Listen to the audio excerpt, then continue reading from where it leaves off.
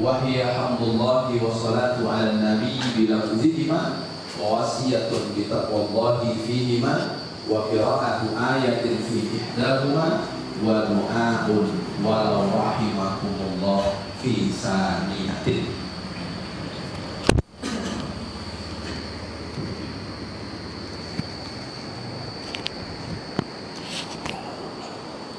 Baik, kita tengok. Ini yang ditulis di atas itu adalah rukun khutbah. Jadi rukun khutbah itu hamidallah, berarti memuji Allah Subhanahu wa taala. Di ada kalimat memuji Allah di dalam khutbah. Makanya khutbah selalu diawali dengan alhamdulillah atau nahmaduhu. Nah, ini karena di dalam khutbah itu memuji Allah Subhanahu wa taala. Maka kalau kita tengok wahya khamsatun ijmalan, keterangan bawahnya samaniyatun tafsilan. Berarti rukun khutbah kalau dihitung global ada 5, kalau dirinci itu ada 8. Karena khutbah itu ada 2, khutbah pertama dengan khutbah kedua. Khutbah pertama harus 3 rukunnya, khutbah kedua juga harus 3 rukunnya. Berarti 6 ditambah dengan 2 rukun setelah itu. 2 rukun setelah itu yang membaca ayat dari Al-Quran dan kemudian mendoakan muslimin dan muslimat. Yang pertama adalah hamdulillah, memuji Allah Subhanahu wa taala.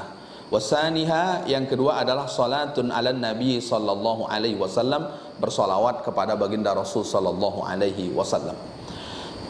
Lalu dijelaskan bahwa ungkapan memuji Allah Subhanahu wa taala itu muta'ayyinah, tertentu, fala yuji'u syukru wa tsana. Jadi tidak bisa kalimat alhamdulillah itu kita ganti dengan kalimat syukur. Umpamanya nashkuru billah atau kemudian asyukru lillah. Nah, ini perlu digarisbawahi bahwa kita tidak bisa mengganti dengan kalimat syukur atau kemudian dengan kalimat tsana.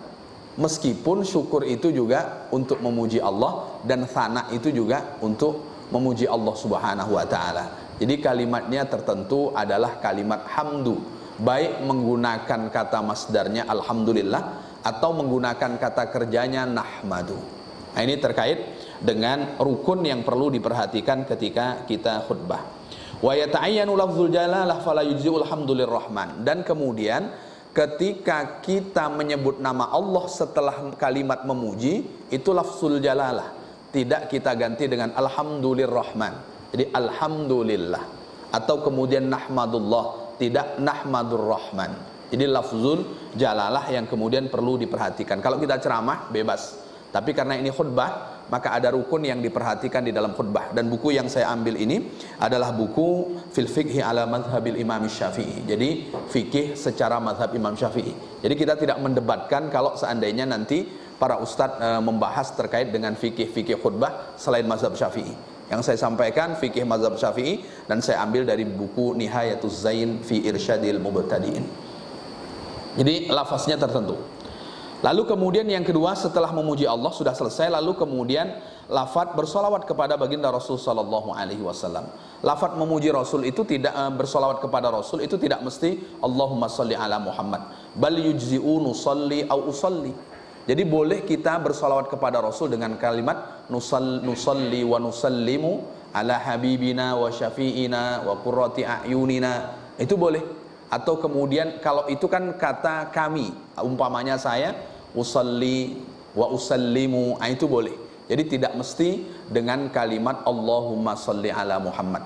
Kan biasanya khutbah itu setelah alhamdulillah umpamanya, atau bapak sahabat-sahabat pakai nahmaduhu wa nasta'inuhu wa nastaghfiruh wa na'udzu billahi min syururi anfusina wa min sayyiati a'malina may yahdihillahu fala mudhillalah wa may yudlilhu fala hadiyalah. Ini belum ada salawatnya.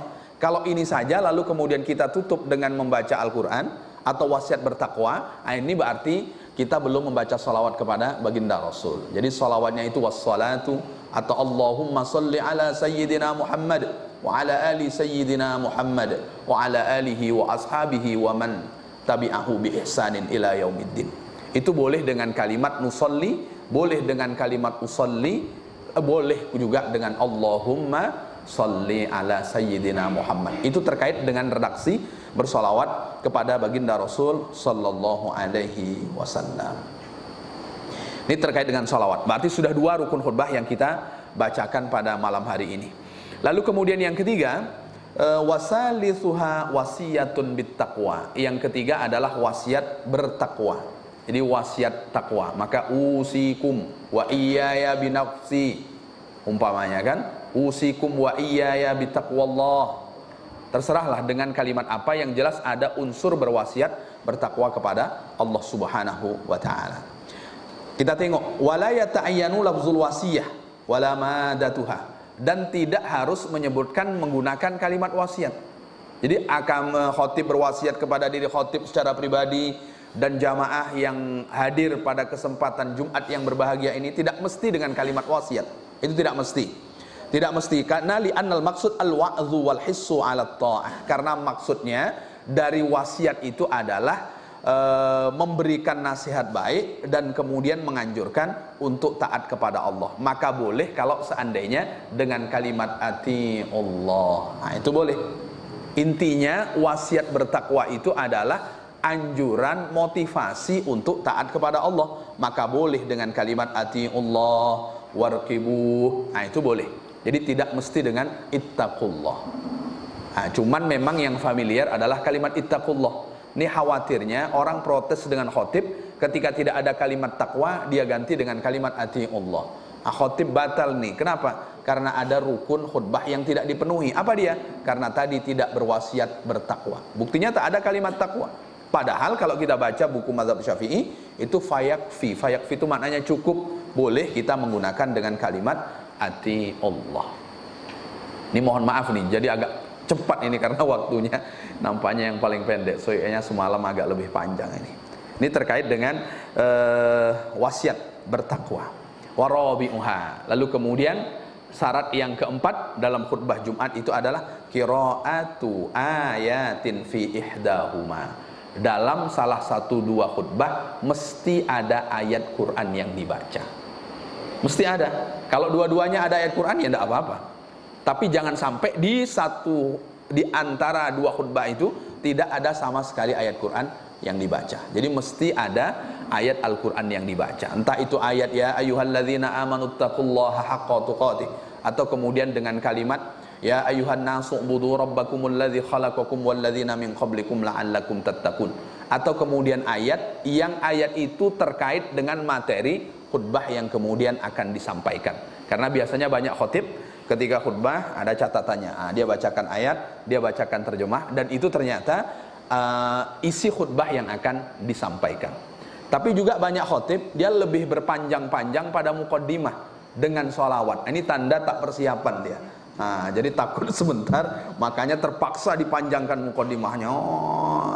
Lalu kemudian sholawatnya panjang, pas isinya, nah ini dia. Padahal yang paling substansi ya rukun 5 itu mesti harus dilakukan. Saya 2018 di Beijing, 4 kali sholat Jumat di masjid yang berbeda. Saya datang ke masjid, bayangan saya khutbah itu sudah dimulai. Saya tunggu lama dengan bahasa Mandarin, tak paham saya. 1 jam. Setelah selesai 1 jam, oh ternyata itu adalah pengantar sebelum pelaksanaan sholat Jumat dilaksanakan. Pas khutbah cuman tak sampai 7 menit. Jadi Beijing itu termasuk Muslim yang menerapkan khutbah itu wajib berbahasa Arab. Jadi dari awal sampai akhir semuanya bahasa Arab. Semuanya bahasa Arab. Jadi semuanya bahasa Arab. Jadi sebentar, 7 menit selesai. Kenapa? Karena dalam bahasa Arab itu yang dibicarakan cuman rukun. Jadi cuman rukun, paling ada beberapa poin pesan nasihat. Nah, makanya ketika kita berkhutbah, maka ada yang perlu kita jaga adalah membaca ayat dari Al-Quran. Baik ayat itu berpesan tentang takwa atau kemudian selain takwa. Lalu kemudian wa khamisuha du'a. Nah, ini baru yang kelima dari rukun di dalam khutbah itu adalah doa. Maka di penutup kan ada Allahumma ighfir lil muslimina wal muslimat wal mu'minina wal mu'minat. Itu rukun. Maka yang 5 ini mesti kita lakukan. Mesti kita laksanakan. Mesti kita laksanakan, karena itu rukun di dalam khutbah yang tak bisa kita tinggalkan. Jadi khutbah ini satu di antara yang perlu kita perhatikan rukun, kemudian yang kedua isi, supaya pesan itu sampai. Jadi bukan menggugurkan tugas kita di satu masjid, tapi ada pesan yang tersampaikan ketika kita sedang berkhutbah. Jadi 5 ini adalah rukun yang ada di dalam khutbah. Lalu doa ini perlu diketahui juga, ayyakuna bi ukhrawiyin. Jadi doa itu ada unsur doa akhirat. Fala yakfi ad-dunyawiyu. Jadi tak cukup doa itu hanya urusan dunia saja. Jadi doanya dunia saja, doa akhiratnya tidak ada. Maka doa itu, ingat, doa yang paling utama itu adalah doa yang terkait dengan akhirat. Nah itu doa. Jadi jangan doanya dunia saja. Umpamanya pas musim pilpres kan, wah pokoknya doanya dunia saja, sementara akhiratnya lupa. Nah, di dalam doa itu dia ukhrawinya yang paling penting. Kalau hanya berbicara tentang dunia saja di dalam doanya, maka tidak cukup. Wal aula fid du'a at-ta'mim. Doa itu seyogyanya dibuat secara umum, jangan dikhususkan kepada orang. Bisa tersinggung orangnya, apalagi orangnya datang gitu kan. Umpamanya Pak Gubernur datang kan, semoga Bapak Gubernur ini amanah gitu kan. Nah, jadi doa itu dianjurkan takmim, supaya di dalam khutbah kita tidak ada menyinggung person. Jadi maka doanya itu sifatnya umum di dalam doa. Walau khassa bihi al-hadirin au arba'in bihim kakaulihi rahimakumullah. Boleh mengkhususkan, tapi khusus untuk jamaah yang hadir. Jadi kalau berdoa mengkhususkan untuk jamaah yang hadir di dalam sholat Jumat itu tidak apa-apa. Tapi doa itu seyogyanya dilaksanakan secara umum. Itu terkait dengan doa. Inilah beberapa hal yang terkait dengan rukun khutbah. Berarti selesai rukun khutbah 5. Kalau sudah selesai rukun khutbah, kita pindah ke syarat. Nah, syarat inilah yang kemudian perlu kita perhatikan, supaya bukan hanya penampilan, bukan hanya retorika, tapi rukun dipenuhi, syarat-syarat juga harus diperhatikan. Bagaimana syarat di dalam khutbah? Wa syartun fihima ayil khutbataini umurun sab'ah. Jadi ada 7 syarat di dalam khutbah. Jadi ada syarat. Mohon maaf, bisa dibaca ini? Bisa, alhamdulillah. Kalau umpamanya paling tidak ya tinggal ditengok siaran ulangnya sajalah. Baik, ini. Nggak, maksud saya supaya lebih mudah. Jadi kalau umpamanya saya ngomong saja, itu kan biasanya lupa. Tapi sekarang agak lebih mudah karena ada video yang kemudian bisa kita tengok kembali. Paling tidak balik nanti bisa ditengok-tengok. Paling tidak bawa di khutbah, kalau pas ketemu di daerah-daerah rawan takut diprotes, mohon maaf Pak, bacakan ini bisa Pak. Kalau nggak bisa, ada menang kita. Ya kan? Ya kan itu kan diantaranya ada lah. Baik, syaratnya yang pertama isma'u arba'in. Khutbah kita perdengarkan kepada 40 orang. Jadi kita perdengarkan kepada 40 orang, karena di dalam mazhab Syafi'i kan sholat Jum'ah itu sahnya harus dengan 40 orang. Makanya khutbah itu diperdengarkan kepada 40 orang. Kalau 40 orang dengar itu kira-kira gimana suaranya? Untung kita sekarang sudah dibantu oleh pengeras suara. Kalau dulu tidak ada pengeras suara, gimana cara orang itu berkhutbah? Maka Rasulullah SAW kalau berkhutbah ini wajah beliau merah. Kenapa? Bahwa Rasulullah SAW memberikan tekanan yang luar biasa ketika berkhutbah. Jadi khutbah itu memang dengan suara yang lantang. Kalau baru masuk, jadwal rawan tidur itu kan waktu sholat Jumat. Antum-antum ini, Ustadz, kalau tidak khutbah Jumat kira-kira apa yang terjadi? Jujur nih, ngantuk kan? Dan tidur yang paling nikmat itu tidur waktu khotib naik mimbar. Nah itu dia. Khotib naik mimbar itu paling nikmat tidur yang sekejap itu. Nah, itu paling nikmat. Makanya kalau kita pas khutbah nengok orang tidur, ini dia. Makanya kenapa di dalam khutbah Jumat itu ada istilah isma'u arba'in. Jadi khutbah kita itu kita perdengarkan kepada 40 orang. Jadi 40 orang itu dengar khutbah kita. Apalagi pas mati lampu. Bisa tidak 40 orang itu dengar ucapan khutbah yang kemudian kita sampaikan. Mimman tan'aqidu bihim al-jumu'ah. Artinya khutbah yang kita perdengarkan kepada 40 orang ini yang sudah sah melaksanakan sholat Jumat. Artinya 40 orang yang sudah balik. Kalau 40 orang ada yang belum balik yang kemudian kita perdengarkan, berarti belum. Nah itu terkait dengan khutbah yang kita lakukan. Cuman tak tahu saya ini di pinggiran ini sampai enggak 40 ini. Nah ini dia, enggak sampai 40 sekitar sini ya. Kami di sini ini khutbah cuman di Masjid Nurul Azhar saja. Itu karena ada santri Buya Yahya makanya banyak. Nah itu. Jadi 40. Jadi perdengarkan. Kalau tak diperdengarkan 40 ya, bagaimana jamaah kami tak sampai 30 umpamanya kan. Nah, ini berarti di luar pembahasan itu. Tapi kalau dalam mazhab Syafi'i mestilah 40. Maka kalau seandainya tak sampai 40, berarti di dalam sholat Jumat itu tidak mengikuti mazhab Imam Syafi'i, supaya Jumatnya tetap sah. Baik, kita lanjutkan berikutnya. Setelah kemudian memperdengarkan khutbahnya untuk 40 orang, terkait dengan rukun-rukun khutbah yang diperdengarkan itu bukan di awal saja, semua rukunnya. Berarti rukun mulai memuji Allah, lalu kemudian bersolawat kepada baginda Rasul, lalu kemudian berwasiat takwa, lalu kemudian setelah itu membaca ayat, dan kemudian setelah itu berdoa, itu diperdengarkan kepada 40 orang. Kemudian selanjutnya setelah diperdengarkan kepada 40 orang, wa arabiyah, dan khutbah Jumat itu dengan berbahasa Arab. Ini yang payah ini. Makanya di khutbah yang kedua itu jika memungkinkan murnikan sajalah bahasa Arab. Jadi di khutbah yang kedua itu supaya apa? Supaya selamat kita.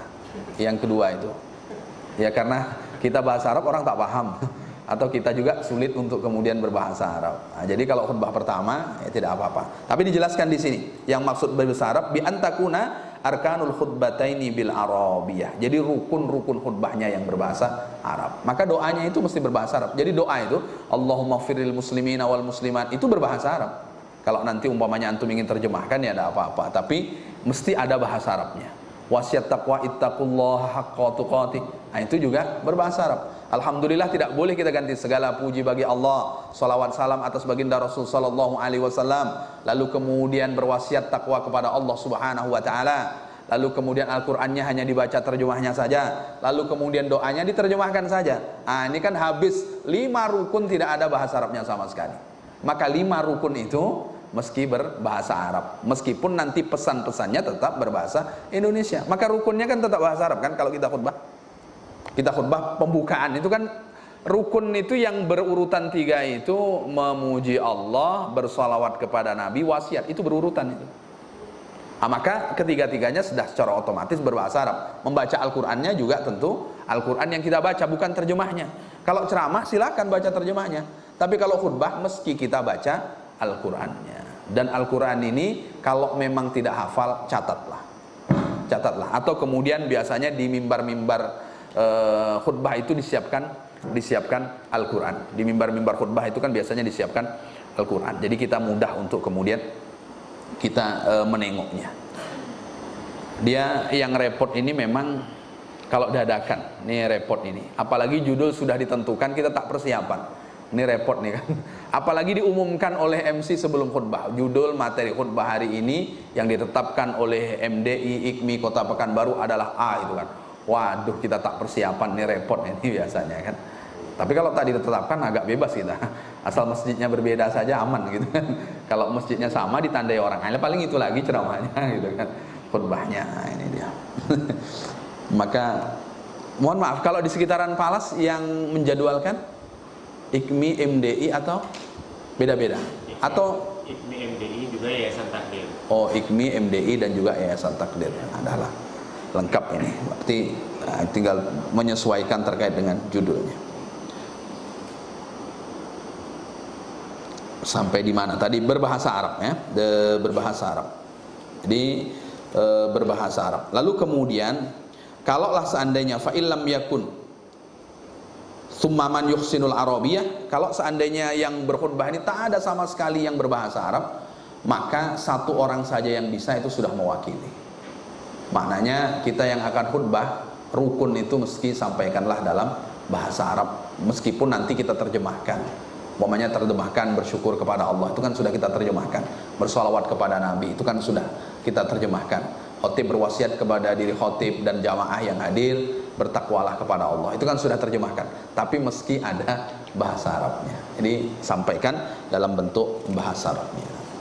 Kalau sudah tak ada lagi yang kemudian belajar bahasa Arab, ini kan repot nanti. Lalu kemudian wa qiyamu qadirin, di atas sebelum kemudian kita baca terjemahnya, sebelum kita baca syarahnya, wa qiyamu qadirin, Yang ketiga, syarat khutbah itu berdiri. Khutbah itu berdiri. Qadirin, bagi yang mampu. Jadi kalau hadir sholat Jumat, ternyata yang khutbah duduk, berarti kalau dia tidak mampu, yang mampu mesti berdiri.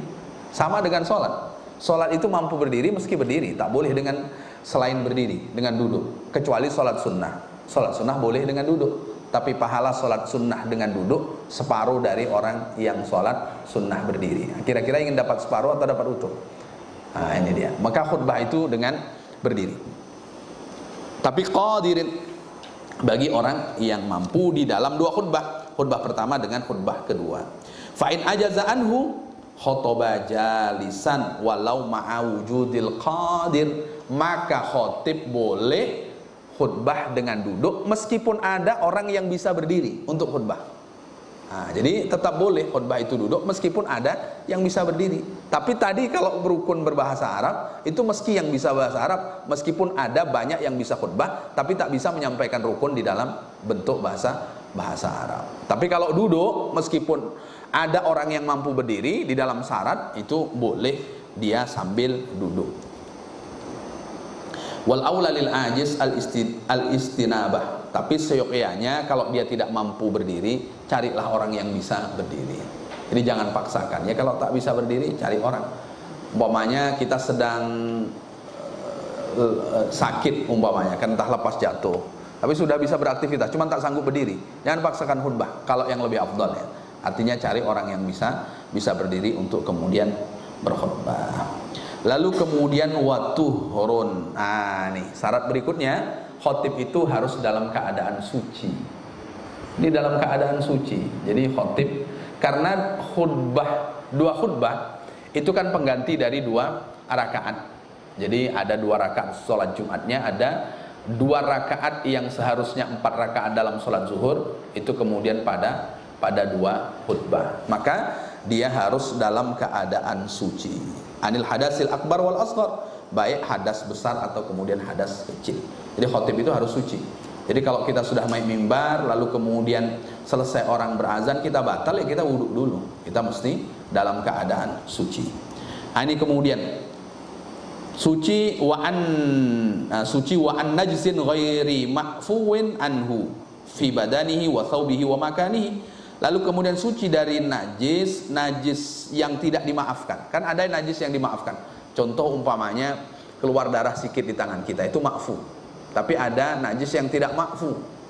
Najis itu tidak ma'fu artinya tidak dimaafkan. Jika ada, maka syarat sah khutbah tidak terpenuhi. Maka suci dari najis. Lalu kemudian di pakaian, lalu kemudian di badan, lalu kemudian di tempat khutbah. Ini mohon maaf, ada beberapa masjid yang jarang dibersihkan.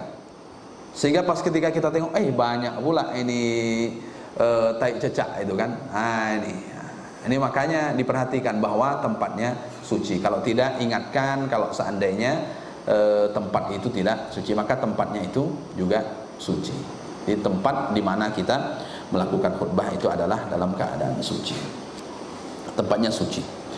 Lalu kemudian satrul aurah maksudnya. Jadi syarat berikutnya di dalam khutbah itu harus menutup aurat. Jadi khotib memastikan auratnya tertutup.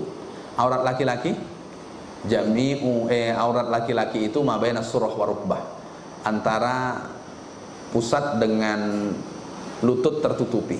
Kira-kira sanggup tak ada khutbah pakai handuk? Ini kan dah tertutupi ini kan. Dah tertutupi, tapi tentu kita tidak sanggup lah khutbah dengan seperti yang kemudian saya ceritakan tadi. Itu kita tidak sanggup khutbah dengan hal yang seperti itu. Tapi menutup aurat itu mesti. Makanya khotib memperhatikan sarung yang dia pakai. Jadi sarung yang dia pakai menutup aurat tidak. Kalau ingin selamat, pakailah celana yang sampai ke lutut. Karena kadang bagi yang merokok, sarungnya ini banyak lubang biasanya. Ini dia banyak merokok. Ini bukan hanya sarung saja yang berlubang, baju ada lubangnya, jubah juga ada lubangnya. Maka memastikan bahwa ketika ada potensi berlubang itu, kalau lubangnya besar itu dia tadi, lubangnya besar, lubang yang sebulatan mata ayam, lalu kemudian itu nampak, itu termasuk tidak menutup aurat itu. Makanya memakai lapisan di dalam itu lebih aman, sebetulnya lebih aman. lebih aman, supaya kemudian menutup aurat itu kemudian terjaga. Falau ahdasa asna al khutbah. Bagaimana kalau orang pas di tengah khutbah batal wudunya? Nah, ini kan pas di tengah khutbah. Dia pas di tengah khutbah, pas menyampaikan inti batal pula. Ista'nafaha. Di dalam mazhab Syafi'i, dalam buku yang kita bacakan malam hari ini, yang mengulang khutbahnya dari awal. Bagaimana cara mengulangnya? Ya dia berwudu dulu. Berwudu dahulu. Meskipun nanti ada keterangan lain, dia tetap menyelesaikan, tapi dia tidak boleh menjadi imam. Imam mesti diserahkan kepada orang lain. Karena sebetulnya yang afdol itu khotib juga imam. Nah, kita ini cuman paketnya khotib saja, imamnya tidak termasuk paketnya. Kecuali jamaah setempat memberikan izin kepada kita. Jangan, Pak, imamnya saya saja ya. Anda, imam itu tetap diserahkan kepada orang yang tinggal di tempat tersebut. Jadi imam itu yang paling bagus orang tempatan. Mukim, orang tempatan yang paling bagus. Kecuali yang mukim itu menyilahkan. Mohon maaf Ustadz, imam. Ah, itu dia. Itu udah apa-apa. Tapi jangan kemudian saya khutbah saya imam loh Pak, karena itu yang paling afdol. Nah, tahu tidak Anda? Jadi harus dibedakan. Memang betul khotib sekaligus imam itu afdol. Tapi kemudian imam ada kriteria berikutnya. Imam itu tempatan. Maka imam itu bukan imam bayaran sebetulnya yang paling afdol. Cuman ya di Pekanbaru ini hampir semua imam itu imam didatangkan. Mohon maaf bukan apa maknanya didatangkan dari yang lain, karena menggunakan bahasa bayaran nanti tak elok pula kan. Jadi imamnya itu didatangkan dari tempat lain. Maka imam yang paling afdol itu ya orang tempatan. Masih ingat kejadiannya ketika ada seseorang yang menjadi imam di Masjid Quba.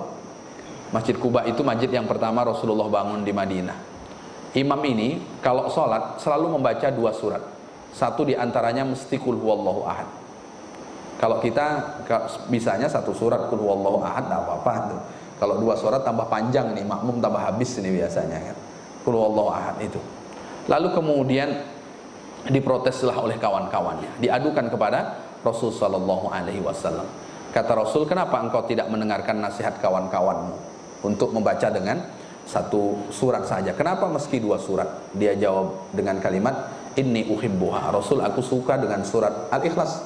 Maka Rasul menjawab, "Hubbuka iyyaha adkhalakal jannah."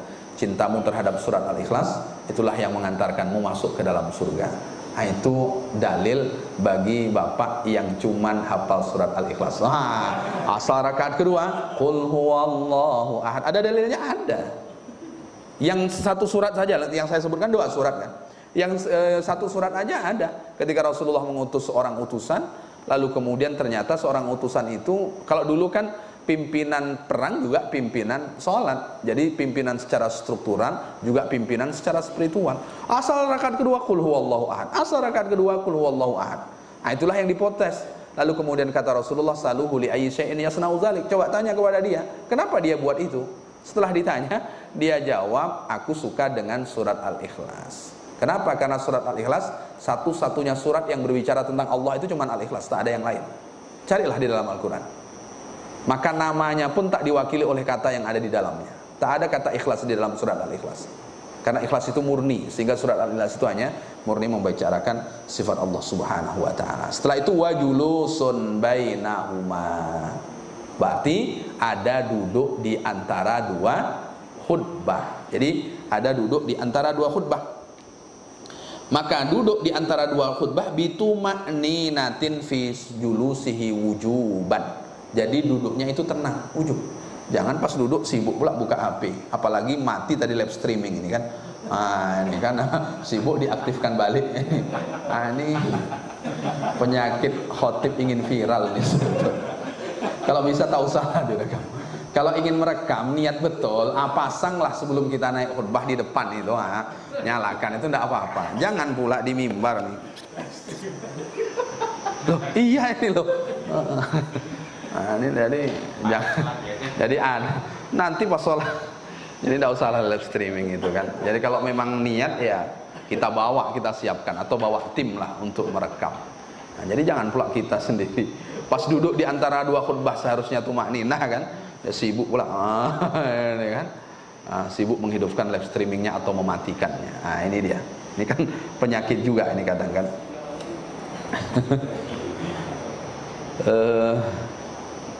Waman khoto, mana lagi nih? Kalau seandainya orang yang tadi tidak bisa berdiri, kan dia boleh dengan duduk. Lalu bagaimana memisah antara dua khutbah? Itu dengan bisaktatin. Artinya ada proses diam antara dua khutbah. Jadi proses diam itulah yang memisah antara khutbah pertama dengan kemudian khutbah yang kedua. Lalu kemudian yang terakhir wawala, dan walaun itu maknanya berurutan.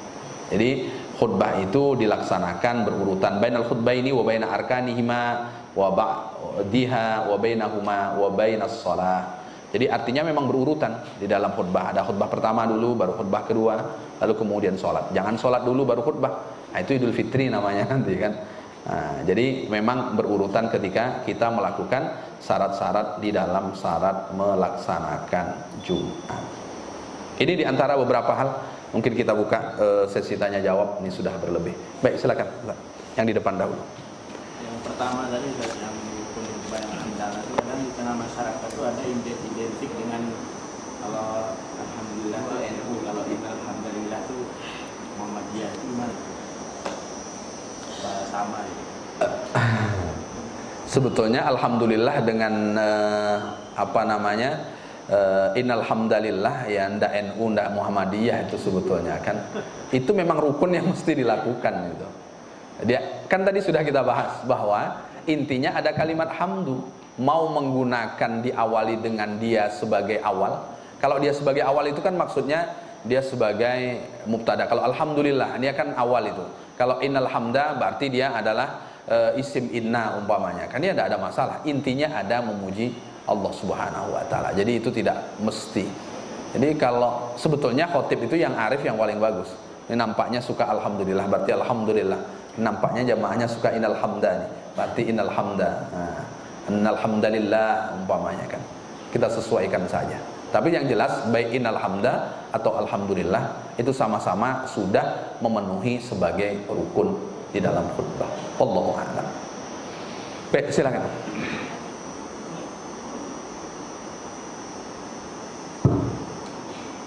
Baik, syukur Ustaz.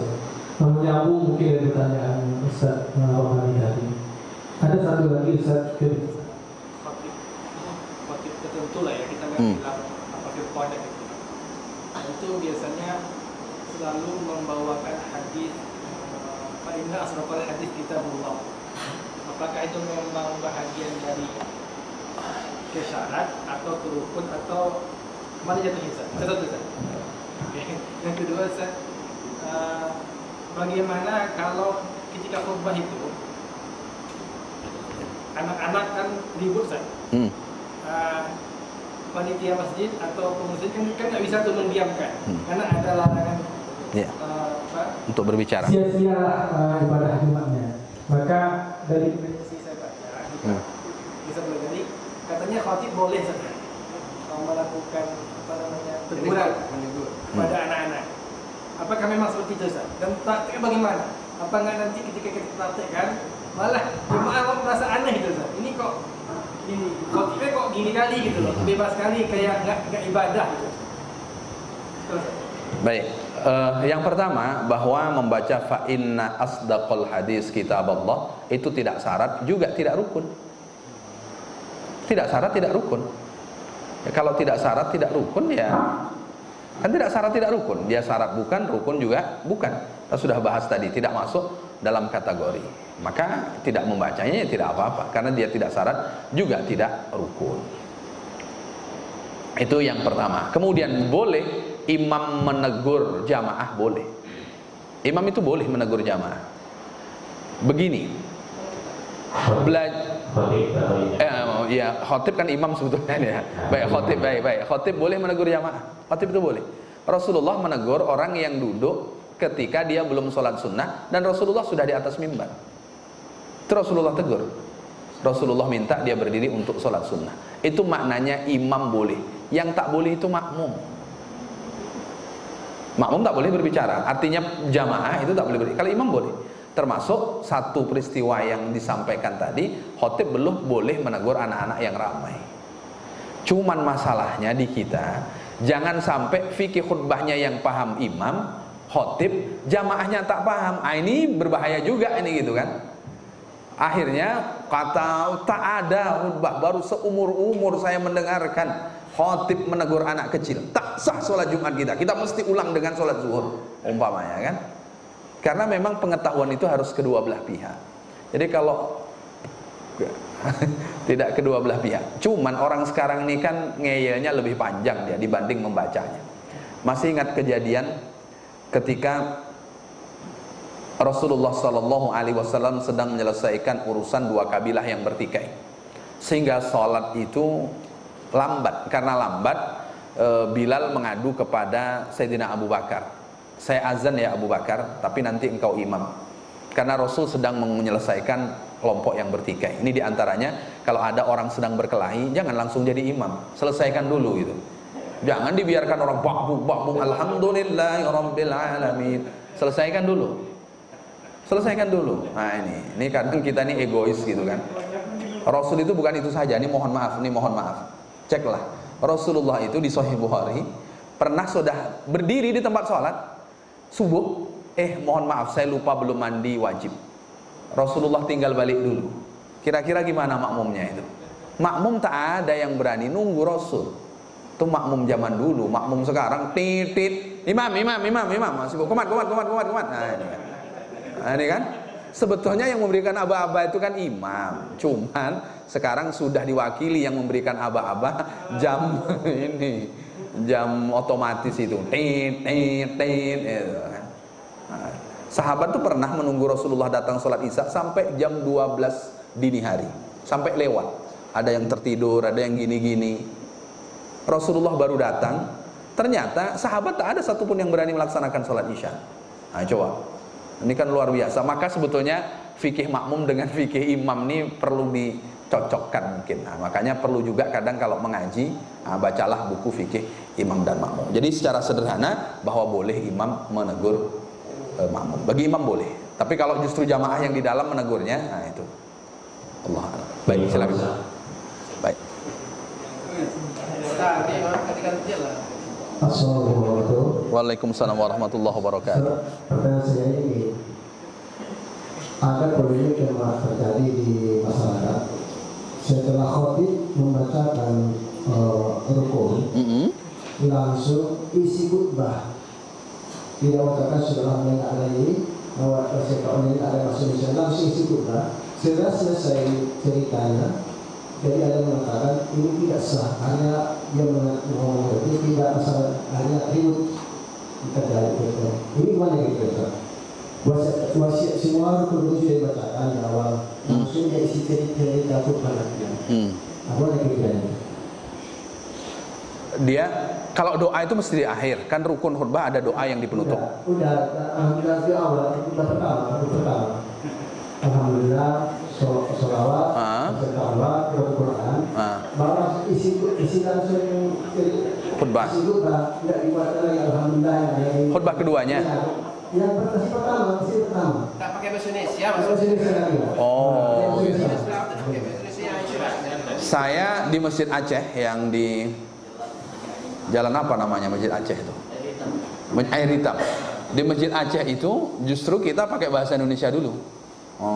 Udah selesai pakai bahasa Indonesia, nanti murni sebelum menutup khutbah pertama itu diulang dari awal semuanya berbahasa Arab. Itu semua tuh. Jadi meski dari awal tuh alhamdulillah sudah selesai semua rukunnya, itu meski pakai bahasa Arab tuh kalau di Masjid Aceh itu. Karena itu pesannya khutbah. Nah, ini diantara beberapa. Tapi kan ada masjid yang tetap dia ngokoh bahasa Arab, tak ada bahasa Indonesianya sama sekali. Sehingga orang yang datang itu karena cepatnya saja itu kan, bukan karena isinya di dalam khutbah. Makanya seperti yang diceritakan, sebetulnya kalau rukunnya sudah disampaikan tidak ada masalah. Rukunnya berurutan. Umpamanya dia sudah alhamdulillah sudah berbahasa Arab semuanya, lalu kemudian isi khutbah. Karena tak lazim, itulah yang kemudian menjadi tanda tanya. Kalau ukuran sah, nah rukun sudah dibaca dan rukun itu berbahasa Arab. Menerjemahkan itu justru tidak harus. Yang berbahasa Arabnya itu tadi yang harus yang kita sampaikan. Yang berbahasanya harus, tapi itu bukan rukun, itu adalah syarat tadi ya, syarat. Nah itu. Jadi syarat. Jadi kalau yang syarat, kalau yang kemudian rukun dalam syarat khutbah itu disampaikan memang berbahasa Arab. Menterjemahkannya itu tidak harus, tapi bahasa Arabnya itu yang harus. Itu kata jamaah kok tak diterjemahkan nih, tak lazim nih, itu kan. Makanya khotib itu ada satu yang dituntut, khotibun nas ala qadri uqulihim. Disampaikanlah khutbah sesuai daya tangkap masyarakat di mana kita menyampaikan. Dia itu dia. Baik. Wah, ini luar biasa nih, baru sekarang saya ngisi sambil semuanya tanya ini nampaknya. Baik, silakan. Ada dua lagi. Oh, baik, siap. Assalamualaikum warahmatullahi wabarakatuh. Waalaikumsalam warahmatullahi wabarakatuh. Terima kasih atas waktu yang diberikan. Ini karena dari awal tidak pernah bertanya, Ustaz. Masya Allah. Sebagai penutup nih ya. Injury time ya. Masya Allah. Baik, pertanyaannya ini masalah duduk antara dua khutbah. Dia baik. Nah, yang saya tanyakan itu, yang pertama, lamanya kira-kira berapa lama dulu? Ya. Kemudian yang kedua, apakah ada amalan khusus yang perlu kita lakukan saat duduk itu? Baik, terima kasih. Assalamualaikum warahmatullahi wabarakatuh. Baik, saya bacakan teksnya. Lamanya duduk. Wa yusannu an takunal jalsah awis sukut bi qadri suratil ikhlas. Jadi lamanya kurang lebih seperti kita membaca surat Al-Ikhlas. Ini kurang lebih. Jadi seperti membaca surat Al-Ikhlas, itu lamanya. Ada. Karena kalau saya bacakan tak cukup waktunya, makanya saya tak bacakan semuanya. Jadi mohon maaf. Tadi duduk di antara dua khutbah, keterangan di situ. Wa julusun bainahuma, kan dalam kurung tuh. Setelah dalam kurung itu ada bitumma ninatin, terus. Kemudian ada wa yusannu antakunal jalsah. Nah, itu dia. Setelah wa julusun 1, 2. Nah, di 2 baris di bawahnya. Tengah. Ah, itu dia. Nah, baik. Itu tentang lama. Sunnah, doa. Iya, doa. Baik. Baik, silakan. Assalamualaikum warahmatullahi wabarakatuh. Waalaikumsalam warahmatullahi wabarakatuh. Pertanyaan yang paling unik, Ustaz. Baik, silakan. Jadi di lapangan, Ustaz. Tatkala membaca doa, ada katib itu yang gini. Allahumma sholli muslimin wa muslimat, itu kan ada doa terakhir tangan. Ada yang gini kayak petangga sebelah ini. Ya kan? Ustaz, ada lagi yang berdoa. Kita kan berdoa ada 3.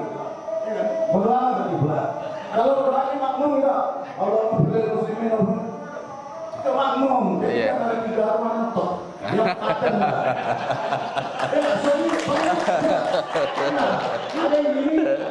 Ada yang berdoa, ada yang makmum. Oh enggak, ini biar kalau naik. Masya Allah. Nampaknya mantan penjualan. Ini cocok ini untuk khotib karena suaranya serak-serak basah tinggi. Wah, alhamdulillah. Wah, ini kan jamaah enggak ngantuk tuh. Kalau pertama alhamdulillah, alamat jamaah. Baru selesai baca rukun kita langsung. Nah, itu ya. Pas kita isi, pas husuk-husuknya. Nah, itu. Saya pernah melakukan ketiga-tiga.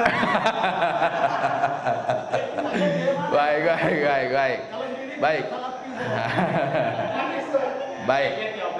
Baik, saya sampaikan. Di dalam doa itu memang waktu khotib berkhutbah itu tidak dianjurkan mengangkat tangan. Itu tak dianjurkan mengangkat tangan. Dan khutbah itu kan memegang tongkat, memegang tombak, memegang pedang gitu kan. Cuman sekarang karena tak ada pedang, juga tak ada tombak, akhirnya kita disiapkan tongkat. Nah, itu ya. Khutbah itu memegang tongkat.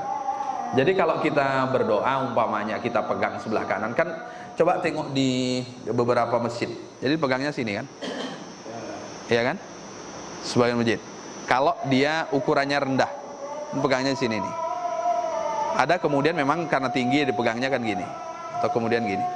Itu terkait dengan memegang ini. Lalu kemudian ketika berdoa itu khotib memang tidak dianjurkan untuk mengangkat tangan. Tidak dianjurkan mengangkat tangan di dalam doa. Memang ada riwayat yang menyebutkan ketika berdoa dengan seperti ini, ada riwayatnya. Cuman saya tidak bisa menjelaskan terkait dengan fikih hadisnya terkait dengan riwayat itu. Karena belajar hadis itu meski belajar fikih. Itu tidak bisa tidak. Mesti. Baca Al-Quran terjemah itu mesti belajar tafsir. Mesti itu. Hadis Quran tidak bisa didekati dengan terjemah kedua-duanya. Maka dalam hadis ada fiqhul hadis, dalam Quran ada asbabun nuzul, dalam hadis pun ada asbabul wurud. Itu memang harus dipahami utuh. Ada doa Rasulullah untuk Sayyidina Abdullah bin Abbas.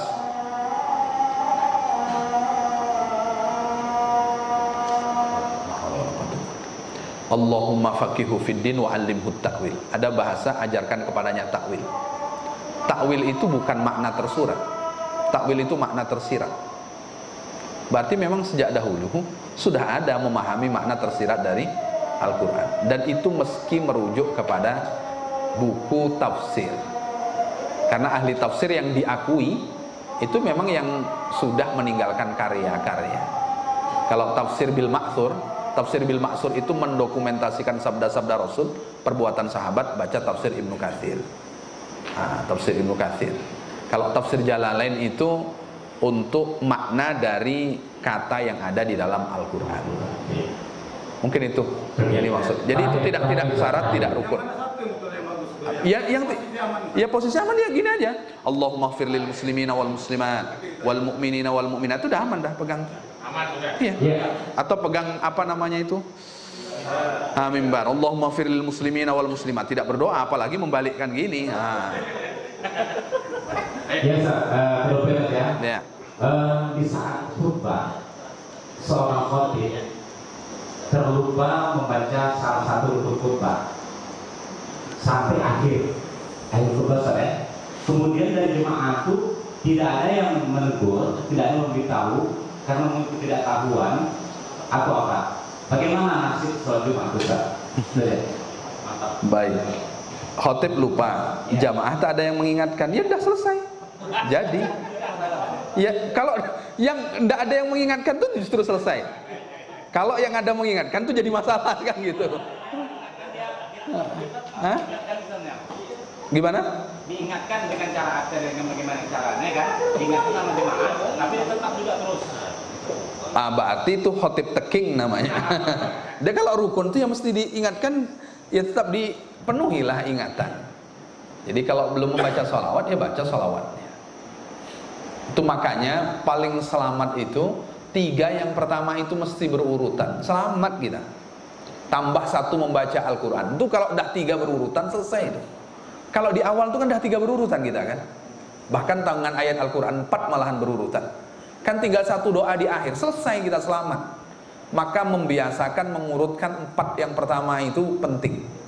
Maka kita sudah alhamdulillah, umpamanya wassalatu wassalamu ala rasulillah, ini kan sudah selesai ini kan. Lalu kemudian waqad qala ta'ala fi kitabihil karim, ini kan sudah kita membaca Al-Quran ini. Berarti kan sudah nih selesai, sudah ada membaca Al-Quran. Lalu kemudian setelah membaca Al-Quran, ittaqullaha haqqa tuqatih, umpamanya usikum wa iyaya bitaqwallah. Itu udah selesai 4 itu, tinggal doa nanti selesai itu. Makanya